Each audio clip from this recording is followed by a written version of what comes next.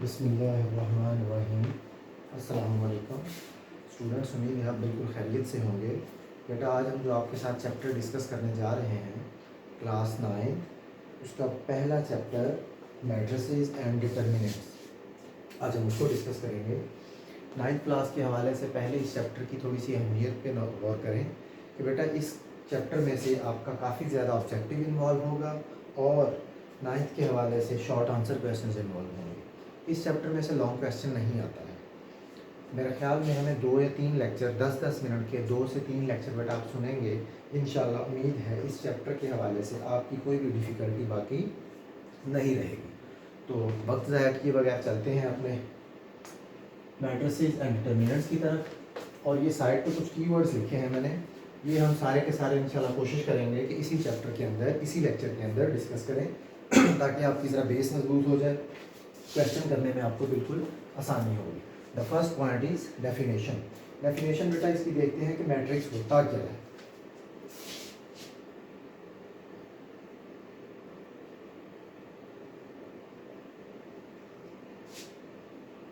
Rectangular array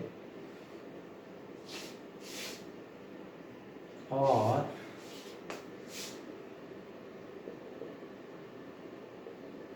formation of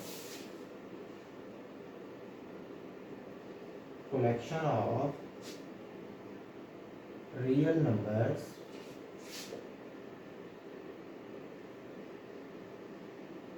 enclosed in a bracket is called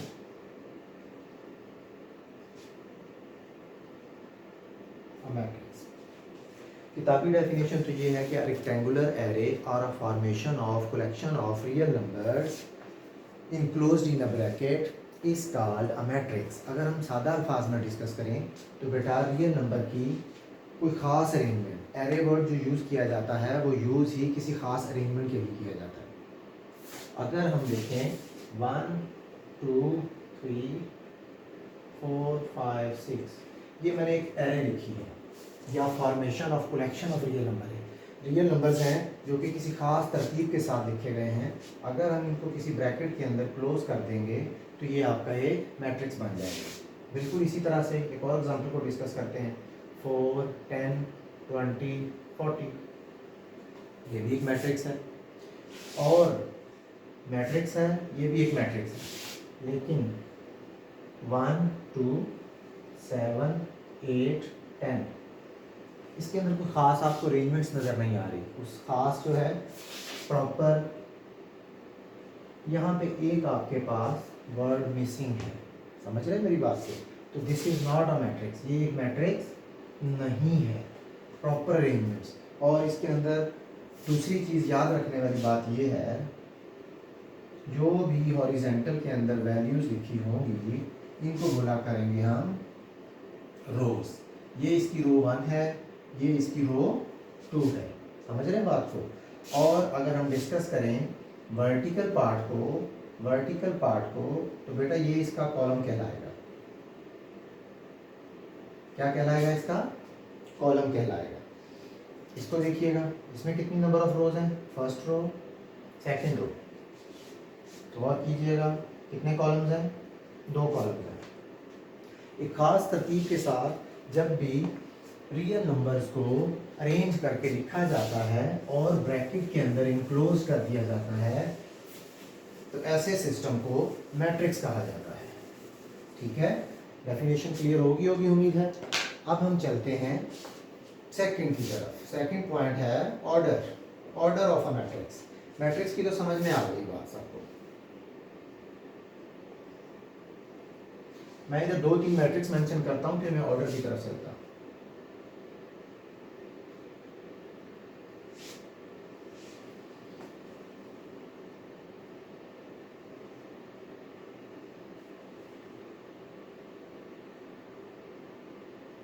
order होता क्या है? Order की डेफिनेशन है number of rows and columns in a matrix is called order of a matrix. फिर सुनिएगा, रोज की और कॉलम की तादाद किसी भी मैट्रिक्स के अंदर उसका ऑर्डर कहलाती है। अब हमने थोड़ी देर पहले डिस्कस किया, इसको क्या बोलेंगे? रो 1, रो 2, इसमें कितनी रोज है बेटा? First row, second row. कितने कॉलम्स हैं? एक कॉलम, दो कॉलम। इसका हम ऑर्डर लिखेंगे, order of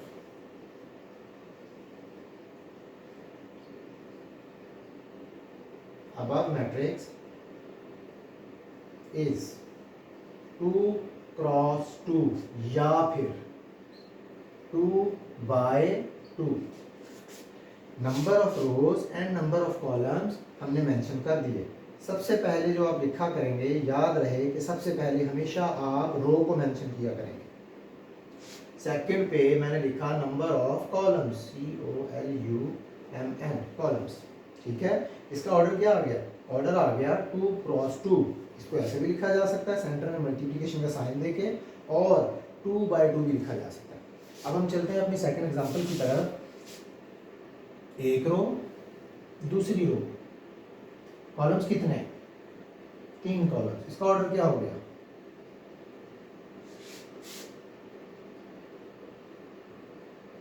matrix is 2 cross 3, 2 rows 3 columns, या फिर 2 बाय 3। समझ रहे बात को? अगले की तरफ चलते हैं। कितनी रोज है हमारे पास? 3 रोज हैं। कॉलम कितने हैं? एक कॉलम है। इसका ऑर्डर कितना आ जाएगा? ऑर्डर आ जाएगा 3 मल्टीप्लाई बाय 1 या फिर 3 बाय 1। समझ रहे हैं बात को? ऑर्डर क्लियर हो गया होगा, उम्मीद है। आगे हम इसकी चीज डिस्कस करते हैं, इक्वल मैट्रिसेस। इक्वल मैट्रिसेस की डेफिनेशन जो है वो गौर से सुनिएगा। Two matrices are said to be equal, two matrices are said to be equal if the order of both matrices is same and the corresponding entries also same. Equal matrices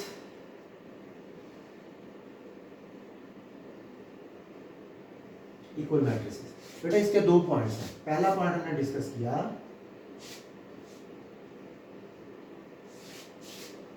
order of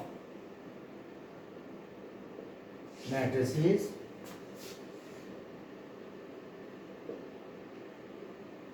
should be same।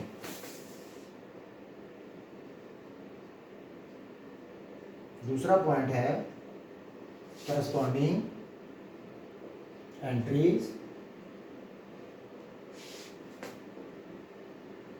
should be same। 2 point है। अगर हमारे पास matrix है A is equals to 1 2 4 6 and second matrix है 1 2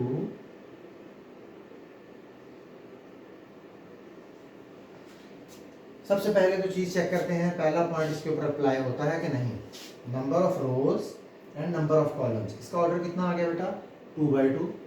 इसके ऊपर गौर कीजिए, इसका order कितना आ गया? 2 रोज एंड 2 कॉलम्स। यहाँ पे बिल्कुल भी कंफ्यूज नहीं होना, ये एक ही कॉलम है, इसको अभी सॉल्व करना बाकी है। पहला पॉइंट आपका अप्लाई हो गया, सेटिस्फाइड। उसके बाद सेकंड पॉइंट में हम कहते हैं corresponding entries should be same. First entry है 1, फर्स्ट एंट्री है 1, 2 2 4।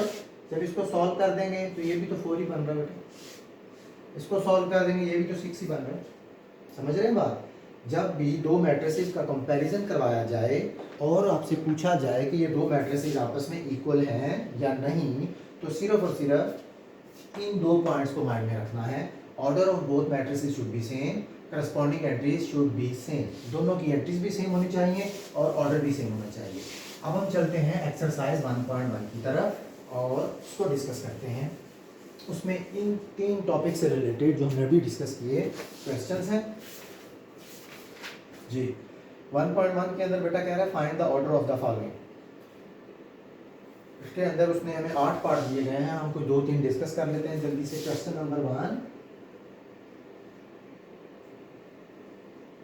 इसका पार्ट ए एक्सरसाइज है हमारे पास 1.1। a is equals to 2 minus 5 3 6। हमने इसका ऑर्डर फाइंड आउट करना है।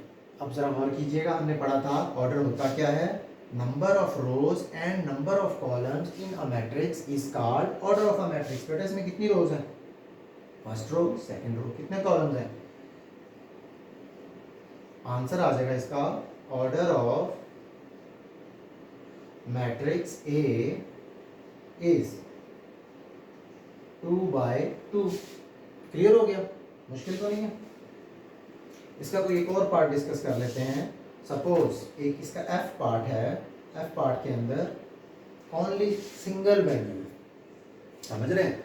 अब जरा गौर करें, इसके अंदर बेटा कितनी नंबर ऑफ रोज है, एक रो है, और कितने नंबर ऑफ कॉलम्स हैं, एक ही कॉलम है। इसका मतलब है ऑर्डर ऑफ एफ इज, क्या ऑर्डर आ गया एफ का, 1/1। कोई परेशानी। इसके चलते हैं क्वेश्चन नंबर 2 की तरफ। Which of the following matrices are equal. काफी ज्यादा उसने मैट्रिसेस दिए हुए हैं। पहले मैं मैट्रिसेस को डिफाइन कर देता हूं। First matrices A is equals to 3, B is equals to 3 comma नहीं 5, 3 5, C is equals to 5 minus 2 and D is equals to 5 3, E is equals to 4 6 0 2, F is equals to 2,6, G is equals to 3 minus 1, 3 plus 3, and H is equals to I is equals to 3 plus 2। काफ़ी ज़्यादा है, मैंने कुछ 6 लिख लिए हैं। अब हम चेक करते हैं इनमें से कौन कौन से मैट्रिसेस एक दूसरे के इक्वल हैं। सबसे पहले तो चेक कीजिए बेटा ए मैट्रिक्स। ए मैट्रिक्स के अंदर एक रो है और एक कॉलम है। अब गौर कीजिए, कोई और मैट्रिक्स आपकी नज़र में ऐसा है जिसकी एक रो और एक कॉलम हो। मैं अगर कहूँ A is equals to C, the first part is A is equals to C. कैसे इक्वल है बेटा, इसका ऑर्डर कितना है, इसका ऑर्डर है 1/1। मैं इसके नीचे लिख रहा हूँ ऑर्डर, ठीक है। 2 5 में से 2 को सब्ट्रैक्ट करेंगे, आंसर कितना आ जाएगा 3। बेटा इसके अंदर भी एक रो है और एक ही कॉलम है, इसमें कंफ्यूज नहीं होना। ऑर्डर सेम हो गया दोनों का, ए और सी का, इनकी करस्पॉन्डिंग एंट्रीज भी सेम हो गई। It means A is equals to C. उसके बाद आप आ जाएं, गौर करें बी किसके इक्वल है, जरा बी इसके भी इक्वल नहीं है। ये ज़रा थोड़ा सा आपको कंफ्यूज कर सकता है। 3 5 5 3। बेटा ऑर्डर है इसका 1 रो 2 कॉलम्स, 1 रो 2 कॉलम्स, समझ रहे हैं। लेकिन ये आपस में इक्वल नहीं है। क्यों इक्वल नहीं है, क्योंकि ये सेकंड कंडीशन को सेटिस्फाई नहीं कर रहे हैं। सेकंड कंडीशन है हमारी corresponding entries should be same. इसकी पहली एंट्री क्या है 3, इसकी पहली एंट्री क्या है 5, इसकी दूसरी एंट्री क्या है 5 3। एक दूसरे के उलट लिखे गए हैं। 3 और 5 के रिलेटेड आई को गौर से देखें, 3 plus 2।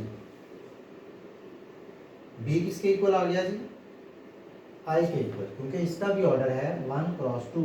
नंबर ऑफ रोज कितनी है 1, नंबर ऑफ कॉलम्स कितने हैं 2। इसको बेटा आप सॉल्व करेंगे तो ये भी 5 बन जाएगा, ठीक है। और कोई मैट्रिक्स इसमें देखें आप, मैंने गिन गिन के लिखे थे, थोड़े से चेक करके। उम्मीद है आपको इस क्वेश्चन की भी समझ आ गई होगी। अब हम चलते हैं इस एक्सरसाइज के लास्ट क्वेश्चन की तरफ। अगर आपको कोई इशू हो आप हमें कमेंट में बताइएगा, हम इंशाल्लाह कोशिश करेंगे कि आपके क्वेश्चन को, आपकी क्वेरी को रिजॉल्व किया जाए।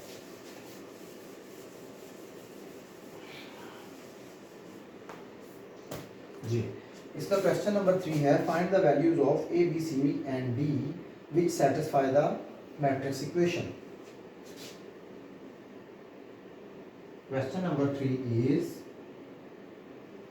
a plus c minus 1, a plus 2b, 4d minus 6 is equals to 0 3 minus 7 2d। Centre में बेटा इक्वल्स टू का साइन, जबकि गौर करें दोनों मैट्रिसेस का ऑर्डर सेम है। नंबर ऑफ रोज कितनी है 2, नंबर ऑफ रोज कितनी है 2, नंबर ऑफ कॉलम्स कितने हैं 2, नंबर ऑफ कॉलम्स कितने हैं 2। ऑर्डर तो होगी दोनों के सेम। करस्पॉन्डिंग एंट्री सेम है या नहीं है ये हम लास्ट में डिस्कस करेंगे। हम देखें तो 2 क्रॉस 2 है और इक्वल है एक दूसरे के, ये सेंटर में इक्वल्स टू का साइन है। This matrix is equal to this matrix, it means ये इक्वल मैट्रिसेस हैं। क्या इनका कंपैरिजन किया जा सकता है? Comparing the elements of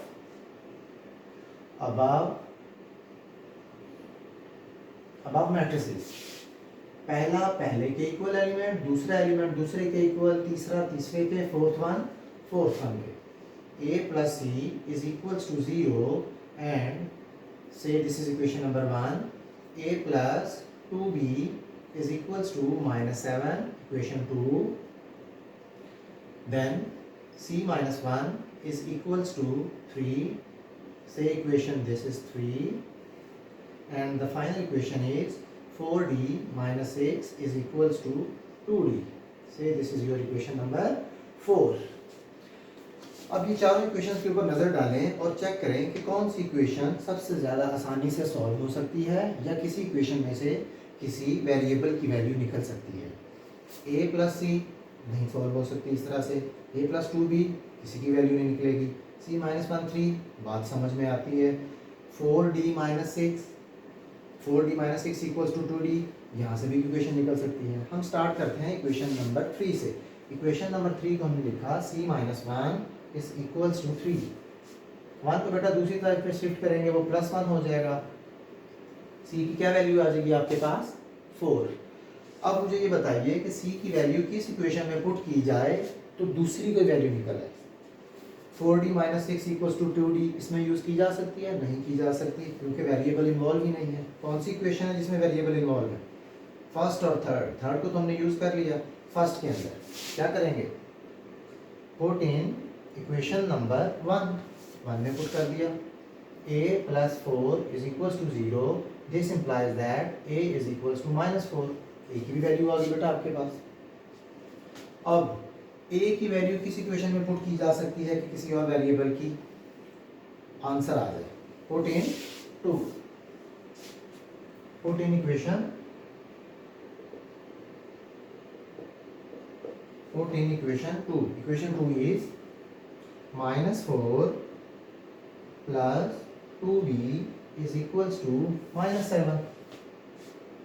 2b as it is minus 7 plus 4, 4 दूसरी तरफ ले जाएगा प्लस का हो जाएगा।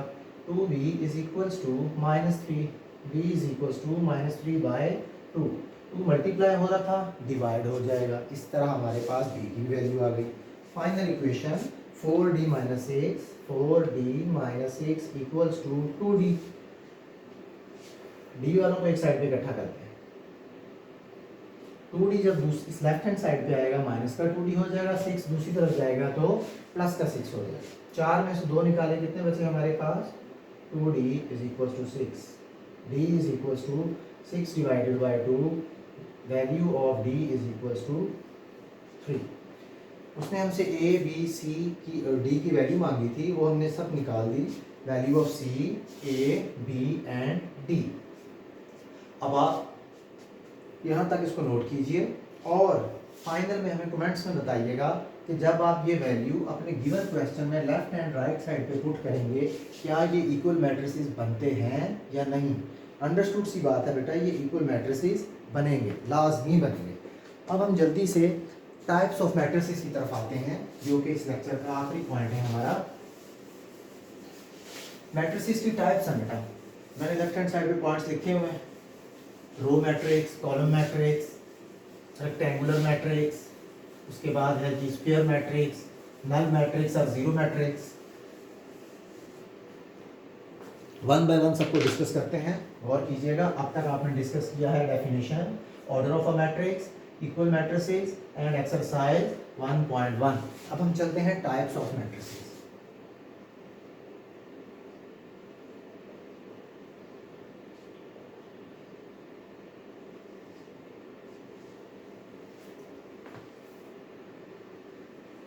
Types of matrices. Row matrix, बेटा ऐसा मैट्रिक्स, डेफिनेशन ऐसा मैट्रिक्स जिसके अंदर एक ही रो हो, कौन सा मैट्रिक्स कहेंगे? रो मैट्रिक्स कहेंगे। ऐसा मैट्रिक्स जिसके अंदर एक ही रो हो, रो मैट्रिक्स। ऐसा मैट्रिक्स जिसके अंदर एक ही रो हो, मैं उसकी कुछ एग्जांपल्स लिख रहा हूं। ये तमाम एग्जांपल हैं रो मैट्रिक्स की, जरा गौर कीजिएगा। इसके अंदर सिर्फ और सिर्फ एक ही रो है, कोई दूसरी रो इन्वॉल्व नहीं है। ये 3 एग्जांपल्स लिखी रो मैट्रिक्स की। इसी तरह से अगला आ गया कॉलम मैट्रिक्स।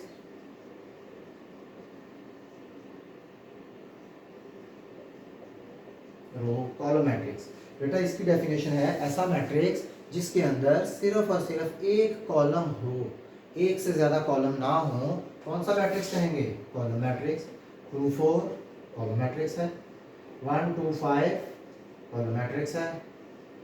7 0 कॉलम मैट्रिक्स है। अगेन 4 लिख देते हैं। 2 4 एक column, column matrix, column matrix, column matrix, column matrix. ठीक है, अभी ये कुछ सर्कल कर रहा हूं मैं, ये हम लास्ट में डिस्कस करेंगे।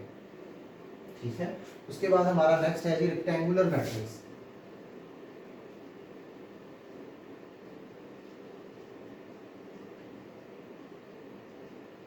ऐसा मैट्रिक्स जिसके अंदर रोज और कॉलम्स की तादाद आपस में इक्वल ना हो, कौन सा मैट्रिक्स कहलाता है? रेक्टेंगुलर मैट्रिक्स कहलाता है। देखिएगा, ऐसा मैट्रिक्स जिसके अंदर रेक्टेंगुलर मैट्रिक्स कहलाता है।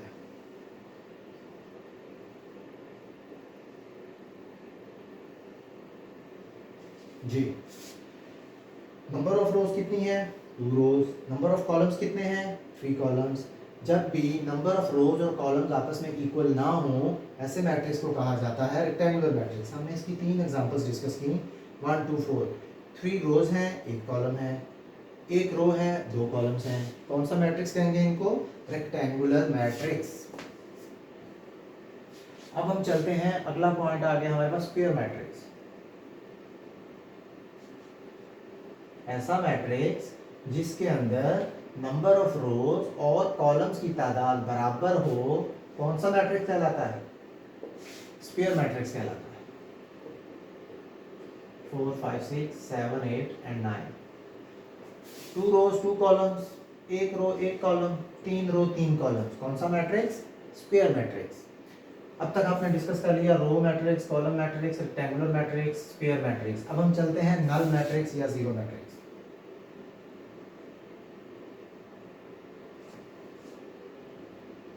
जीरो मैट्रिक्स, ऐसा मैट्रिक्स जिसके अंदर मौजूद एंट्रीज तमाम की तमाम जीरो हों, कौन सा मैट्रिक्स कहेंगे? जीरो मैट्रिक्स कहलाता है। ऐसा मैट्रिक्स जिसके अंदर मौजूद तमाम एलिमेंट्स जीरो हों, जीरो मैट्रिक्स या नल मैट्रिक्स, दोनों नाम यूज किए जाते हैं। आगे चेक कीजिएगा, आगे आगे transpose of a matrix.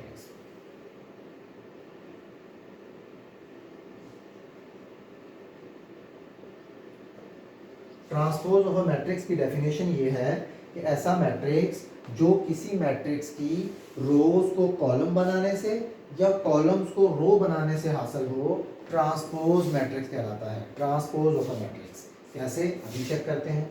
Suppose we have a matrix 1 2 3 and 4।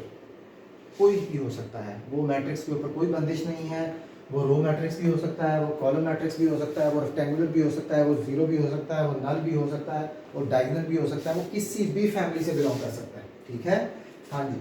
तो इसका अगर ट्रांसपोज निकालना हो तो दोनों साइड्स के ऊपर स्मॉल टी अप्लाई करवाएंगे। Small T stand for transpose. जी, अब जरा गौर कीजिएगा बेटा, पहली रो के अंदर कौन से एलिमेंट्स हैं? पहली रो के अंदर एलिमेंट्स हैं 1 2। क्या है ये? रो है। हमने इसको क्या बना देना है? कॉलम बना देना।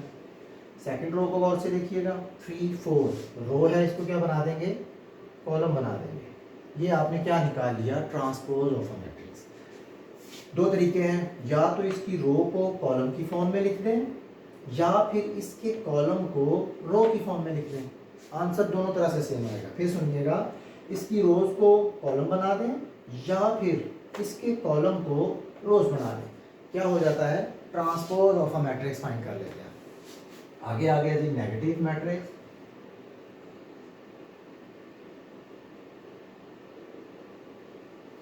नेगेटिव मैट्रिक्स ऐसा मैट्रिक्स है जब हम उसको मैट्रिक्स को माइनस के साइन के साथ मल्टीप्लाई करते हैं, अंदर के तमाम साइन चेंज हो जाते हैं। इस तरह हम किसी भी मैट्रिक्स का नेगेटिव मैट्रिक्स इजीली हासिल कर सकते हैं। Suppose we have a matrix A 1 2 4 5।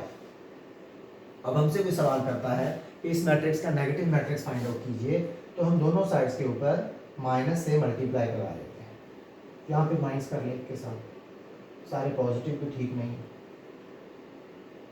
जी बेटा। ये जो बाहर माइनस लगाया था, जब ये अंदर हम इसको ऑपरेट करवाएंगे, अंदर तमाम एलिमेंट्स के साइन चेंज हो जाएंगे। प्लस माइनस 4, ये माइनस है, प्लस -5। ये क्या निकाल लिया आपने, नेगेटिव मैट्रिक्स ऑफ ए। किसी भी मैट्रिक्स के अंदर उसके एलिमेंट्स के साइन चेंज कर देने से वो नेगेटिव मैट्रिक्स बन जाता है। कौन सा मैट्रिक्स बन जाता है, नेगेटिव मैट्रिक्स बन जाता है। आगे आ गया सिमेट्रिक मैट्रिक्स।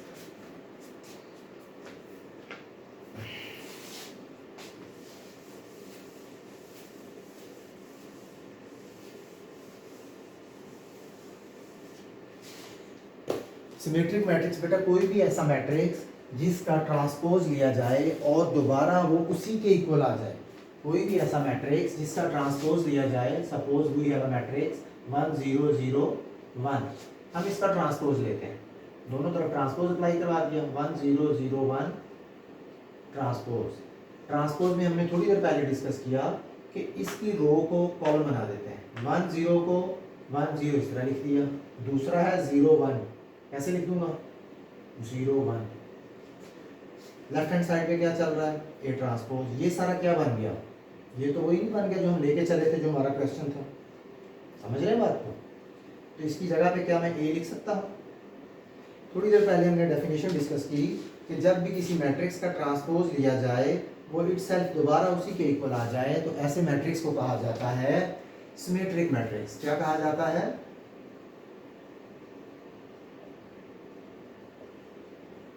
Symmetric matrix. और सेकंड पॉइंट है, गौर कीजिएगा, किसी भी मैट्रिक्स का ट्रांसपोज लिया जाए और वो आए तो उसी के equal but with negative sign, opposite sign के साथ आ जाए। ट्रांसपोज लिया, आया इटसेल्फ के इक्वल बट बाहर एक नेगेटिव आ गया, तो कौन सी होती है फॉर्म, इसको बोलते हैं स्क्यू सिमेट्रिक। कौन सी फॉर्म, ये स्क्यू सिमेट्रिक कहलाता है। समझ रहे हैं बात को। अब हमारे पास लास्ट 3 चीजें रह गई हैं, 3 टाइप्स रह गई, हमको डिस्कस करते हैं और अपने लेक्चर को वाइंड अप करते हैं।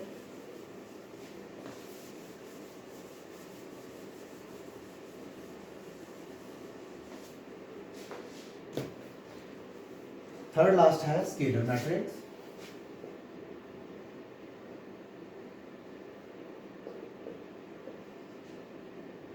Late we have a matrix A 1 0 0 2 cross 2 का लिखते हैं और 0 4।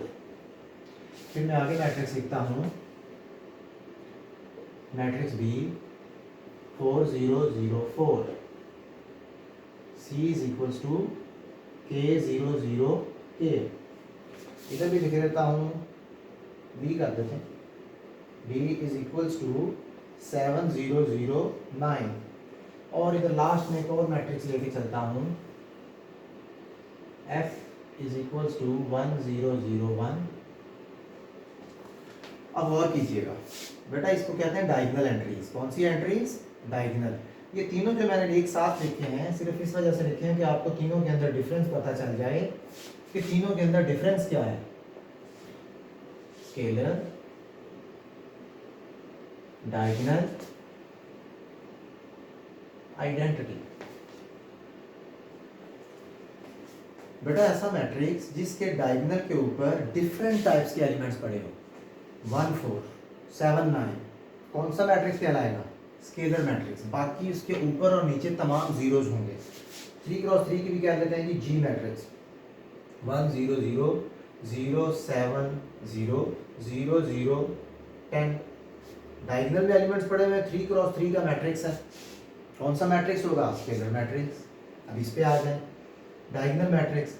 डायगोनल मैट्रिक्स ऐसा मैट्रिक्स होगा जिसके डायगोनल्स के ऊपर सेम एलिमेंट्स पड़े हो सिवाय वन के। सिवाय वन के कोई भी स्केलर हो सकता है। 7 0 0 0 7 0 0 0 7 डायगोनल के ऊपर कौन से एलिमेंट्स पड़े हुए? ऐसे मैट्रिक्स को बोला जाता है डायगोनल मैट्रिक्स। और जिसके डायगोनल में सेम एंट्रीज हो, शर्त यह है कि 1 1 हो, उस मैट्रिक्स को बोला जाता है identity matrix. This is the identity of 2x2 matrix. और 1 0 0 0 1 0 0 0 1 this is the identity of 3x3। हमने ऑलमोस्ट अपने तमाम के तमाम पार्ट्स को डिस्कस कर लिया। इंशाल्लाह अब हम उसकी सॉल्व करेंगे एक्सरसाइज 1.2 एंड एक्सरसाइज 1.3।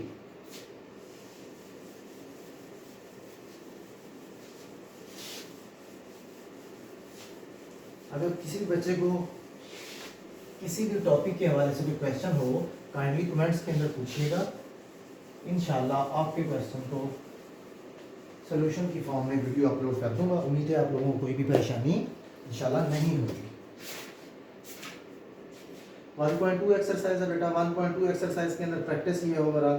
प्रैक्टिस के अंदर वो आपसे पूछ रहा है क्वेश्चन नंबर 1 में, from the following matrices identify the unit matrix, row matrix, column matrix. बेटा हमने डिटेल में डिस्कस कर लिया है। जिस तरह के उसमें पहला मैट्रिक्स, अगर मैं थोड़ा सा कैमरे की तरफ करूँ बुक को, तो लिखा हुआ है 4 टाइम्स 0।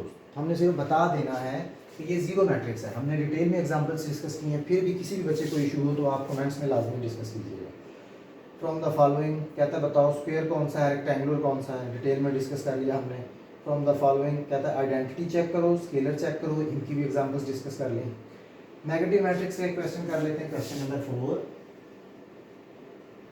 नेगेटिव मैट्रिक्स वो कहता है if we have a matrix 1 0 -1, इसका नेगेटिव मैट्रिक्स फाइंड आउट करो।